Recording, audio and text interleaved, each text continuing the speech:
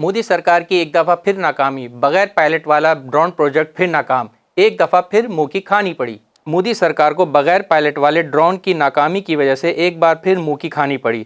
भारतीय मीडिया के मुताबिक 2011 में शुरू होने वाला टापसा प्रोजेक्ट 1650 करोड़ रुपए की लागत के साथ 2016 में मुकम्मल होना था।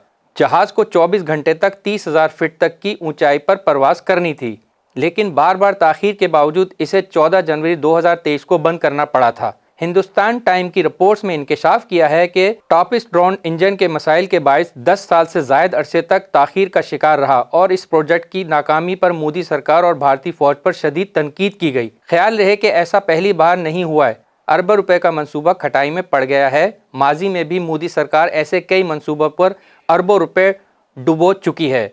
नेशनल इंटरेस्ट के मुताबिक भारतीय अवाम का अरबों रुपए डूबने वाला अर्जेंट टैंक 50 साल बाद भी मुकम्मल न हो सका था, जिसे 2021 में बंद करना पड़ा था। इसी तरह भारत का तीजा जहाज भी 3 दहाइयों के तवील अरसे के बाद भी नामुकम्मल ही रहा और इसे भी शर्मिंदगी के बाइस बंद करना पड़ा था। वॉन कराची की वीडियोस देखने के लिए हमारा चैनल सब्सक्राइब कीजिए और बेल के आइकन को क्लिक कीजिए ताकि आप हमारी तमाम आने वाली वीडियो से बाखबर रह सकें।